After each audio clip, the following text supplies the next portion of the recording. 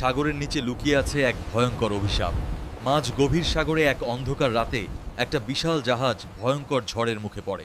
হঠাৎ করে জাহাজের লোহার ক্রেনটা ভেঙে যায় আর সোজা সাগরের গভীরে তলিয়ে যায়। ক্রেনটা ছিল খুব দামি, তাই সিদ্ধান্ত নেওয়া হয় যে করেই হোক করিয়ে আনতেই হবে।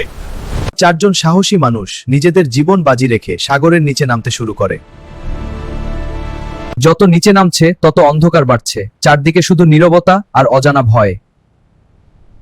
অনেক খোঁজার পর তারা অবশেষে হারানো ক্রেনটা খুঁজে পায়, কিন্তু জায়গাটা একদম ঠিক মনে হয় না।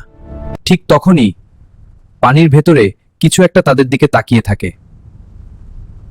এক মুহূর্তের মধ্যে সবকিছু বদলে যায়। একটা বিশাল হাঙর ঝাঁপিয়ে পড়ে। একজন ডাইভারকে চিৎকার করার আগেই চিরতরে অন্ধকারে হারিয়ে যায়। পালাতে গিয়ে আরেকজন লোহার তারে আটকে যায় আর হাঙর আবার ফিরে আসে।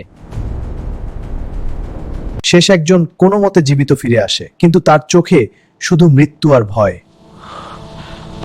কিছু জিনিস সাগরের নিচেই থাকা উচিত, কারণ সব অভিশাপ ওখানেই ঘুমিয়ে থাকে।